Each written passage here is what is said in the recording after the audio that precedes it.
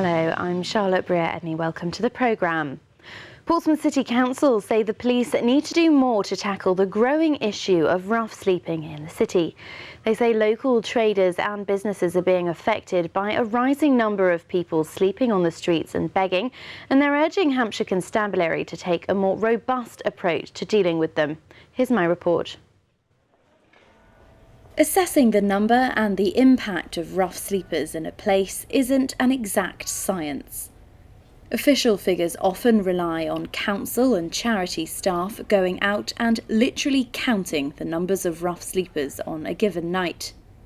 But imprecise as they are, these figures, along with anecdotal evidence, indicate that the numbers of people sleeping rough are going up in Portsmouth. The most recent official figure for the number of rough sleepers in the city is 15, counted last autumn. That's up from 8 a year earlier. There's been an apparent increase in numbers. Now, we always get more in Portsmouth and across the south coast at this time of year because rough sleepers come here from other parts of the country because the weather's better. We have had, as speaking to traders in this area in the central part of Portsmouth, they've had some drop off in trade, and I think that the greater visibility of rough sleeping is a contributing factor to that. The council signposts rough sleepers to local shelters, of which there are 2 in Portsmouth.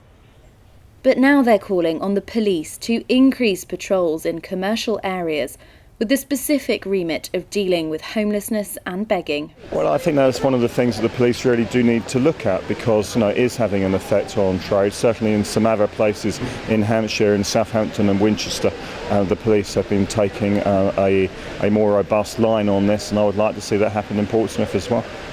But the police told us that they are committed to supporting the local council to manage homelessness in the city, and are jointly working towards effective ways of offering support to individuals through housing, support for substance misuse and education. They added that prosecution is a tool that is used, but only when all other options have failed. Roy has been homeless for 8 years. He told us he struggled to get help from the council as he wasn't deemed vulnerable. He now sleeps in a shop doorway on Commercial Road. He told us the police do make him move, but ultimately he returns to the high street because he needs to be there to survive. The police will come along and move us along, and they'll threaten us with 48-hour exclusion orders and things, but they can't police the high street constantly. So there's always going to be a space where I can get down here to make some money so I can eat for the rest of the day. Roy told us the city's shelters are often full, and more than anything he wants an address. But with local government cutbacks, that seems unlikely to happen anytime soon. I really don't think people appreciate the scale of reductions that there have been in government funding for local authorities. This year, if Portsmouth was to keep its level of spending constant this year from last, the council tax would have gone up by 30%.